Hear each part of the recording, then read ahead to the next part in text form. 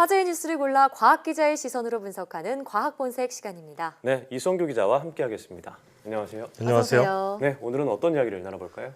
코오롱 생명과학의 인부사가 결국 품목 허가가 취소됐잖아요. 네. 예, 이제 뭐 황우석 사태 이후 최대의 이제 바이오 사건이다 이렇게 얘기를 하는데 이 인부사 사태 핵심이 그 신장 세포라고 불리는 GP2-293 예. 세포인데요. 좀 이 세포에 대해서 자세히 알아보겠습니다. 네. 말씀하신 인부사의 주성분인 GP2-293 세포, 종양, 즉 암세포로 발생할 가능성이 있다는 점이 문제로 지적이 됐는데요. 많은 분들이 가장 우려하는 대목입니다. 자세히 설명해 주시죠. 이 GP2-293 세포를 좀 이해하려면은 먼저 이 핵 293 세포라는 거를 먼저 알아야 되거든요. 네. 네, 이제 HEK293 세포 우리가 이제 핵 293 세포라고 부르는데 이 세포는 이제 유산한 그 태아의 신장에서 채취한 세포를 예. 형질 전환해서 만들었어요. 네, 핵 293 세포는 이 GP2-293 세포의 어떤 기원이 되는 세포라고 하는데요. 네. 여기서 이제 형질 전환했다는 말은 세포에 특정 유전자를 주입을 해서 네. 그 원래 없던 능력을 그 세포한테 부여했다. 네. 이렇게 이해할 수가 있습니다. 네, 이 실험실에서 어떤 특정한 용도에 맞게 세포에 이렇게 유전자를 주입하는 경우는 많거든요. 예. 핵 293 세포 같은 경우에는 특정 유전자를 넣어서 이 세포가 계속 무한 증식하도록 그런 특성을 부여했다 이렇게 이해할 수가 있습니다. 네. 세포 이름이 좀 어려워서 좀 어려워하시는 분들이 있을 것 같은데 네. 이 바이오 분야 실험실에서 특정 용도로 핵 293 세포를 바이러스 생산 공장으로 만들었다. 이것까지는 이해가 되겠는데 이게 문제가 된 이유는 뭔가요? 현재 핵 293 세포가 증식을 잘하는 세포 특성을 가지게 만들었다고 말씀드렸잖아요. 예. 예, 예를 들면 이 세포에 바이러스를 감염했다고 가정을 하면은 세포 안에 바이러스가 한 몇천 개 들어있을 텐데 이 세포가 증식을 계속해서 한다면은 그 바이러스를 계속해서 만들어내겠죠. 예. 그러니까 특정 용도로 이 바이러스를 만들기 위해서 굉장히 좋은 세포인데 이 문제는 이 세포가 무한 증식한다는 그 점이 있는 거예요. 예. 네. 그러니까 우리가 이제 암세포하고 일반 세포하고의 차이점이 바로 이 암세포가 죽지 않고 무한 증식을 하는 데 있거든요. 예. 예, 그러니까 핵 293 세포는 암세포는 아니지만 암세포가 굉장히 유사한 성격인 무한 증식 능력을 가지고 있기 때문에 예. 이 세포는 언제든지 종양, 즉 암으로 아. 발전할 수 있다. 그래서 이게 문제가 된다 이렇게 이해할 수 있습니다. 네, 그러니까 정리를 하자면 인부사 주성분인 GP2-293 세포는 무한 증식한 능력 때문에 종양이 될 수도 있는 가능성이 있는 이 핵 293 세포를 원료로 한다. 이 점이 문제가 되고 있는 거군요. 네, 그렇게 이해할 수가 있고요. 네. 이 GP2-293, 그러니까 코오롱 인보사에 쓰인 이 세포는 그 무한 증식하는 능력에 더해서 이 TGF 베타라고 하는 유전자를 만들어낼 수 있도록 한 번 더 형질 전환을 했었죠. 그건 어떤 네. 건가요? 이 TGF 베타는 원래 이 염증 반응을 억제하는 그런 기능을 하는 유전자예요. 예. 예, 이 인보사 자체가 그 관절염의 염증을 치료하는 약물이라서 이 TGF 베타가 발현이 되면 효과가 있다. 그런데 이 유전자가 우리 몸속, 그러니까 환자 몸속에는 많이 만들어지지 않으니까 예. 이걸 인위적으로 많이 만들어지도록 넣자해서 개발이 된 게 인보사예요. 네. 예, 그래서 이 GP2-293에는 이 TGF 베타라는 유전자를 한 번 더 형질전해서 넣은 거죠. 네, 그러면 이 GP2-293은 원래 그 핵 293으로부터 받은 무한 증식 능력에 더해서 예. TGF 베타라는 유전자를 만드는 능력이 있으니까 네. 이 TGF 베타라는 유전자를 가지고 있는 바이러스를 굉장히 많이 만들어내겠죠. 네. 그러면 이거를 원래는 GP2-293을 깨고 그 바이러스를 가진 TGF 베타를 가진 바이러스만 꺼내서 예. 원래 목적인 연골 세포에 넣으면 되는데 네. 네. 그게 안 됐다는 게 문제가 되고 있는 거죠. 근데 이게 뭐 연구용으로 사용하지 치료용으로는 사용하지 않는다고 하는 건가요, 그럼? 그러니까 앞서 설명을 했지만 네. 이 GP2-293도 그렇고 핵 293도 그렇고 무한 증식하는 성질이 있기 때문에 네, 어떤 특수한 용도로 다른 뭐 유전자나 단백질을 만들기 위해서 중간 재료를 써요. 예. 근데 이게 종양 가능성이 있기 때문에 이게 최종 제품으로 쓰인 사례가 단 한 차례도 없어요. 아. 예. 전 세계적으로. 아. 근데 그 금기를 깬 게 바로 이번에 이 코오롱 인보사 케이스예요. 예, 얘기를 들어보니까 더 심각하게 느껴지는데요. 자, 인보사와 관련해서 현재까지 확인된 정부 R&D 그 지원금이 147억 원 규모라고 알려져 있습니다. 자, 그럼 이게 모두 전액 이제 국고에 환수가 되는 건가요?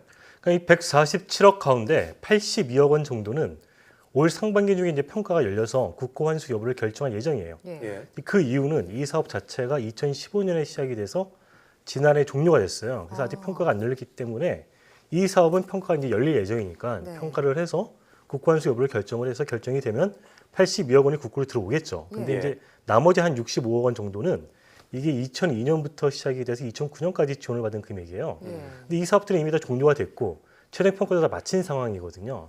그러니까 굉장히 오래됐잖아요, 이게. 네. 그럼 예. 이게 다시 이걸 국가환수하기 위해서는 다시 뭐 조사를 다시 한다든지 재평가를 해야 되는지 이런 과정을 거쳐야 돼요. 예. 그러니까 법적으로는 이게 가능하거든요. 그러니까 법적으로는 이게 과거에 종료된 사업도 환수가 되나요? 이게 추후에 문제가 예. 발생이 되면은 적법한 절차를 거쳐서 환수를 할 수 있다. 이렇게 나와 있어요. 예. 그러니까 결론적으로 얘기를 하면 과거에 종료된 사업, 그러니까 그 65억 원 가량도 우리가 환수할 수 있는데 그러기 위해서는 이 사업을 주관했던 부처, 그 당시에 산자부하고 복지부인데 이들 부처가 이걸 어떻게 할 건지에 대한 어떤 의지가 있어야 된다는 거죠. 예. 이게 그냥 할 수 있는 건 아니고 따로 뭐 조사를 한다든지 이런 절차를 거쳐야 되거든요. 네. 자, 이 국고 환수 여부는 추후 결정이 나는 대로 계속 전해드리도록 하고요. 인보사 사태의 또 다른 쟁점으로 넘어가 보겠습니다. 코오롱생명과학 측은 인보사를 세계 최초 유전자 치료제다, 골관절염 유전자 치료제다라고 소개를 해왔는데 이번 사건으로 유전자 치료제가 좀 개발이 주춤하는 것 아니냐, 이 산업에 좀 제동을 거는 거 아니냐 이런 우려의 목소리도 함께 나오고 있거든요. 이 부분은 어떻게 보고 계신가요? 유전자 치료제는 사실은 이전에는 없던 치료 개념이거든요. 예. 유전자 자체를 이용해서 질병을 뭐 치료한다 이런 개념의 의약품을 말을 하는데 지금 바이오 분야에서 가장 뜨고 있는 분야가 이 유전자 치료제 분야라고 할 수가 있어요. 우리가 이제 자주 언급했던 유전자 과일을 이용한 것도 다 유전자 치료제의 예 속하거든요. 네. 현재 이 의약품 시장을 보면은 단백질 의약품, 그러니까 이 항체를 이용한 의약품이 거의 대세를 이루고 있는데 예. 앞으로는 이거를 이제 유전자가 대체할 것이다. 즉 유전자 치료제가 앞으로 네. 이제 그 치료 시장이 유전자- 될 것이다. 예. 그렇게 전망이 되고 있죠.